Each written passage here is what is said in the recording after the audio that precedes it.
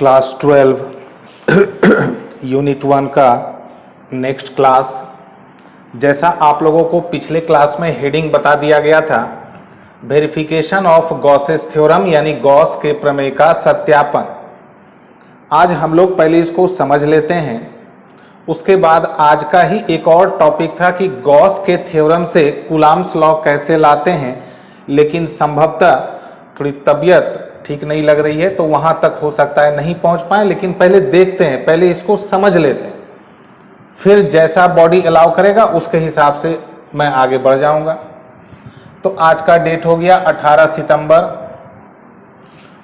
एक इंफॉर्मेशन आप लोगों तक पहुंचा दें, जैसा मैं हर एक क्लास में कुछ ना कुछ शेयर करता हूं, आप लोग को भी लगता होगा 2-4-5 मिनट इसमें बर्बाद हो जाता है, लेकिन अगर मैं ये इंफॉर्मेशन नहीं शेयर करता रहूंगा तो आप लोग फोन और मैसेज करके मुझे परेशान कर देंगे। और अब जो है, अब मैसेज आप लोग नहीं के बराबर करें, कॉल ज्यादा करें। मैसेज अब पढ़ना मुश्किल हो जाता है, इतने सारे मैसेजेस आते हैं।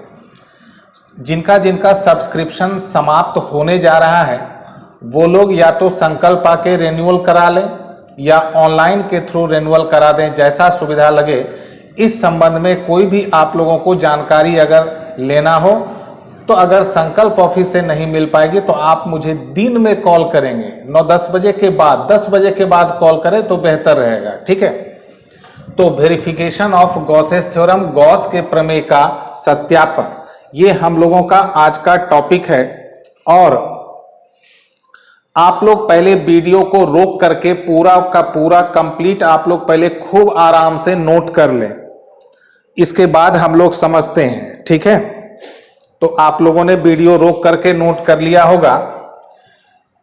इसको समझना आप लोगों को अभी कुछ ढंग का लग नहीं रहा होगा, लेकिन ये यकीन माने ये बहुत सिंपल है। सबसे पहले आप लोगों को मैं पिछले क्लास का याद दिला दूं, एक छोटी सी बात, आप लोग उसको दिमाग में सेट रखेंगे। गॉसेस थ्योरम यानी गॉस का प्रमेय, गॉसेस थ्योरम यानी गॉस का प्रमेय कंडीशनल है, ये हर जगह लागू यानी एप्लीकेबल नहीं होता है। सबसे पहला कंडीशन है there must be closed surface यानी बंद सतह होना चाहिए, number 1। Number 2, there must be some charge inside the closed surface यानी बंद सतह के अंदर कुछ ना कुछ आवेश जरूर होना चाहिए। तो हम लोग जब इसी थ्योरम को, इसी प्रमेय को सत्यापित यानी वेरीफाई कर रहे हैं, तो हम लोग सबसे पहला काम, हम लोग की रिस्पॉन्सिबिलिटी है कि क्लोज्ड सरफेस लेना, बंद सतह। एक सबसे बढ़िया हम लोगों ने बंद सतह के रूप में ले लिया हॉलो स्फीयर, खोखला गोला। तो एक हॉलो स्फीयर हम लोगों ने ले लिया है जिसका रेडियस यानी त्रिज्या है पूरा, ये है r। इसका सेंटर यानी केंद्र O पर एक बिंदु आवेश पॉइंट चार्ज है +q। बस अभी आप लोग इतने तक दिमाग लगाएं। क्या क्या मैं फिर रिपीट कर दूं। एक हॉलो स्फीयर ले लिए हैं यानी खोखला गोला, रेडियस है r, त्रिज्या है r, सेंटर O पर एक पॉइंट चार्ज है, ठीक है। इंग्लिश मीडियम में consider a point charge +q situated at the centre O of A hollow sphere of radius r। माना कि r त्रिज्या के एक खोखले गोले के अंदर इसके केंद्र O पर क्या है मौजूद, एक बिंदु आवेश +q स्थित है, ठीक है। अब थोड़ा आगे बढ़ते हैं। ये जो पूरा जो हॉलो स्फीयर खोखला गोला का जो सरफेस है, सतह है, यहां पर एक पॉइंट हम लोगों ने एज्यूम कर लिया P। तो जब यहां पर पॉइंट है सरफेस पर, तो यहां से इसका डिस्टेंस कितना हो जाएगा, R। तब the electric field at A point P on the surface of the sphere यानी गोले की सतह के किसी बिंदु P पर विद्युत क्षेत्र की तीव्रता, तो याद दिला दें, एक पॉइंट चार्ज से r डिस्टेंस पर इलेक्ट्रिक फील्ड यानी तीव्रता 1/4πε0 q/r²। ये कहां पर इलेक्ट्रिक फील्ड यानी विद्युत क्षेत्र की तीव्रता कहां पर, पॉइंट P। पॉइंट P कहां पर है, सरफेस पर है यानी सतह पर है, ठीक है। अब हम लोगों का अगला पार्ट शुरू होता है, उसके लिए मुझे यहां तक जो है इसको मिटाना पड़ेगा। तो उम्मीद है आप लोगों ने वीडियो रोक करके जहां कहीं मौका मिला होगा आप लोगों ने इसको नोट कर लिया होगा।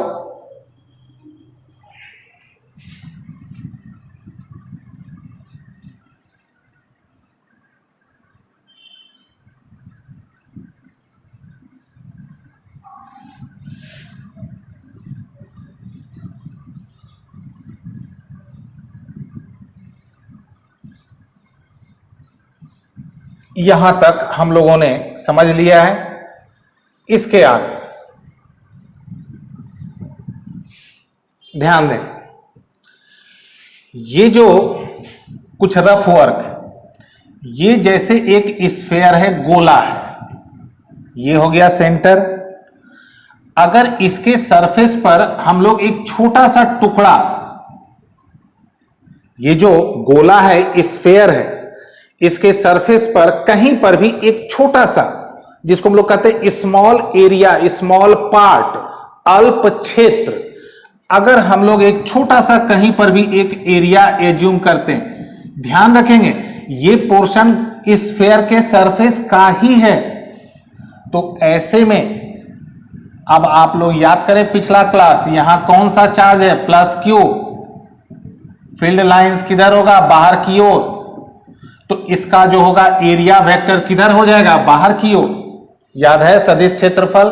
एक तो ये बात। दूसरी बात, ज्योमेट्री कहता है, ये लाइन ध्यान से आप लोग सुनेंगे, ज्योमेट्री कहता है किसी भी स्फीयर के सरफेस के किसी भी पॉइंट पर नॉर्मल डालो, लंब डालो, वो हर हाल में सेंटर से पास करता है।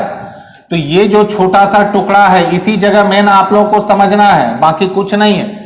ये जो हम लोगों ने एक छोटा सा पार्ट एज्यूम किया, मान लिया, विचार किया, ये तो क्लियर हो गया कि इसका जो एरिया वेक्टर होगा बाहर की तरफ होगा, क्योंकि अंदर में है कौन सा चार्ज, पॉजिटिव।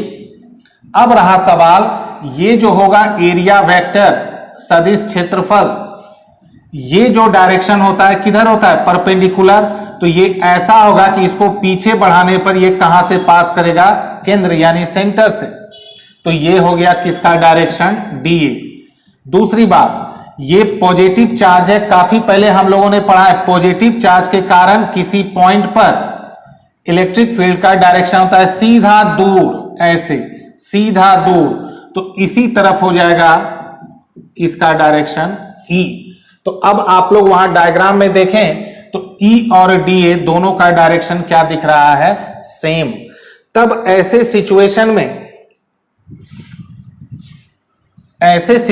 में अगर हम लोगों ने एक जो स्मॉल पार्ट जो कंसीडर किया, जो अभी मैंने इंग्लिश मीडियम वाला मिटाया, उस स्मॉल पार्ट जब पूरा जो लेंगे तब तो हम लोग फ्लक्स को किसे डिनोट करते हैं, फाई। लेकिन मैंने क्या बताया था, जब छोटा सा एरिया रहेगा तो हम लोग किसे डिनोट करेंगे, डी फाई। तो ये जो हम लोगों ने एक स्मॉल एरिया गोले की सतह के बिंदु P पर एक अल्प क्षेत्र पर विचार किया जाता है, जिसका क्षेत्रफल है डीए, एरिया। तो ये जो छोटा सा टुकड़ा है, हिस्सा है, इससे एसोसिएटेड फ्लक्स को हम लोग किससे डिनोट करेंगे, डी फाई। और इस अल्प क्षेत्र से संबद्ध विद्युत फ्लक्स डी फाई, क्या फॉर्मूला हम लोगों ने पढ़ा था, ई डीए कॉस थीटा। तो ई और डीए का डायरेक्शन क्या दिख रहा है, सेम। तो थीटा 0 कॉस 0 1, तो बच गया ई डीए।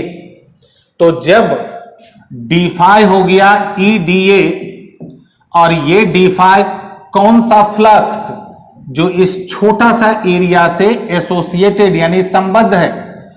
तब लास्ट स्टेप आप लोग ध्यान देंगे, जब इतना छोटा सा एरिया से एसोसिएटेड यानी संबद्ध इतना है, पूरा स्फीयर, पूरे गोले से रिलेटेड फाई, तो आप लोग ने इंटीग्रेशन पढ़ ही लिया है। फाई को हम लोग लिख सकते हैं ना, इंटीग्रेशन डी फाई। कैसे, एक्स को लिखते हैं इंटीग्रेशन डी एक्स। तो phi equals to integration D phi. और तब उसी बात को मैं यहां पर आप लोगों के सामने फिर कर रहा हूं, डी फाई हो गया ई डी ए। अब यहां पर आप लोग एक नया चीज देख रहे होंगे, इंटीग्रेशन का सिंबल तो आप लोगों के लिए बहुत पुराना हो गया, लेकिन एक बीच में एक आप लोग सर्किल देख रहे होंगे।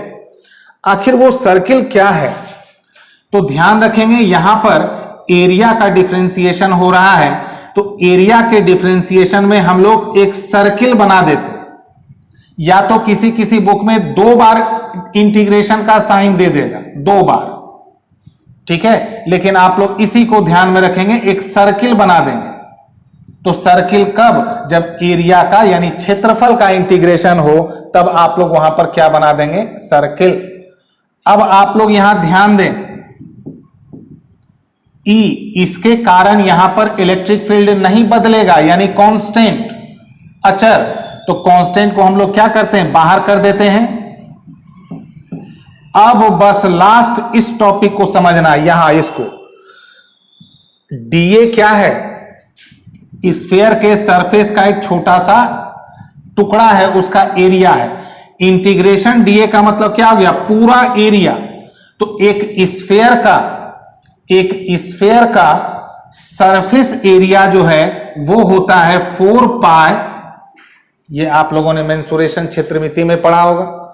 तो इंटीग्रेशन ऑफ डीए, फिर से मैं इसको रिपीट कर दूं अगर आप लोगों को कंफ्यूजन हो रहा है। डीए क्या है? पूरे स्फीयर का एक छोटा सा टुकड़ा, उसका एरिया। इंटीग्रेशन का मतलब क्या हुआ? टोटल। तो पूरा एरिया जो है एक हॉलो स्फीयर या कोई भी स्फीयर का पूरा सरफेस एरिया, पृष्ठ क्षेत्रफल, वो होता है 4 पाई आर स्क्वायर। तो अब ध्यान दें आप लोग, ई हम लोगों ने इक्वेशन 1 लिया हुआ था, कितना? और इंटीग्रेशन ऑफ डीए हो जाएगा 4 पाई आर स्क्वायर। ये इससे कट गया, आर स्क्वायर इससे कट गया, 1 by epsilon not into Q. Single charge के लिए हम लोगों ने पिछले क्लास में क्या पढ़ा था? यही ना होता है गॉसेस थ्योरम, ठीक है। आप लोग चाहें तो यहां पर इस जगह पर जो हम लोगों ने ई का वैल्यू पुट किया, यहां डाल सकते हैं फ्रॉम 1, यानी समीकरण 1 से डाल सकते, ठीक है। तो आप लोगों के सिलेबस में, मैं आप लोगों को बतला दूं, आप लोगों के सिलेबस के हिसाब से सिंगल चार्ज को लेकर के गॉसेस थ्योरम को सत्यापित यानी वेरीफाई करना। इसका वेरिफिकेशन मल्टीपल चार्जेस यानी एक से ज्यादा बिंदु आवेशों से भी होता है, लेकिन वो आप लोगों को 12 के बाद के क्लासेस में अगर आप लोग फिजिक्स पढ़ेंगे तो आप लोगों को मिलेगा। बात समझ में आ गई? तो उम्मीद कर रहे हैं आप लोगों को थोड़ा बहुत आप लोग 2-3 जगह खाली ध्यान रखेंगे। एक तो ई और डीए का डायरेक्शन सेम क्यों हुआ, फिर से मैं उसको रिपीट कर दूं। यहां पॉजिटिव चार्ज है, तो पॉजिटिव चार्ज के कारण इस पॉइंट पर इलेक्ट्रिक फील्ड सीधा दूर। दूसरा, डीए इधर क्यों हुआ, तो डीए का डायरेक्शन परपेंडिकुलर यानी लंबवत होता है, तो यही डायरेक्शन लंबवत है क्योंकि इसको पीछे जाने पर कहां से पास कर रही है? सेंटर से।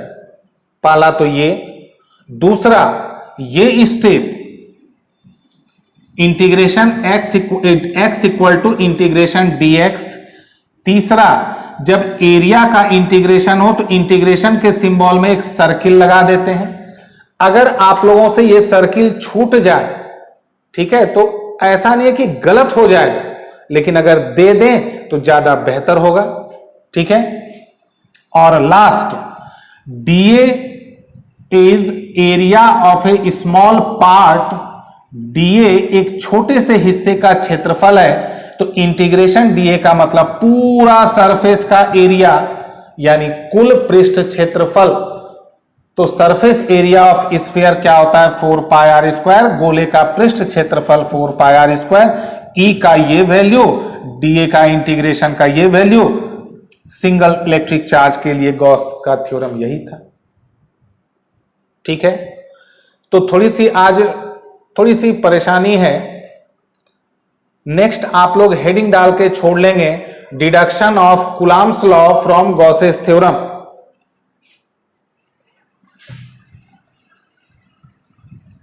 आप लोगों के कांटेक्ट में जो भी 11 के विद्यार्थी सॉफ्टवेयर से जुड़े हुए होंगे, आप लोग उनको मैसेज कर देंगे कि उनका आज नहीं, उनका कल आएगा। ऐसे उनका MWF में चलता है, लेकिन थोड़ा आज तबीयत ठीक नहीं लग रही है, तो उनका मैं कल वीडियो डाल दूंगा, आप लोगों के जानकारी में 11 के जो भी स्टूडेंट सॉफ्टवेयर पर हैं मेरे क्लास में, उनको आप लोग मैसेज दे देंगे।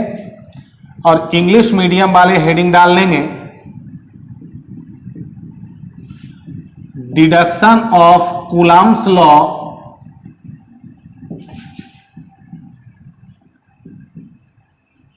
फ्रॉम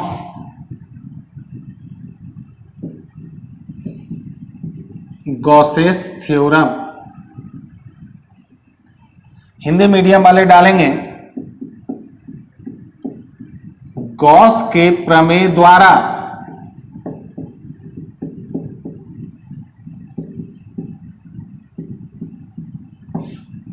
कूलाम के नियम का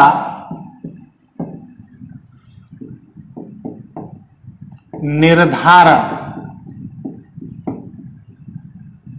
इसको हम लोग इस टॉपिक के लिए हम लोग कल मिलते हैं।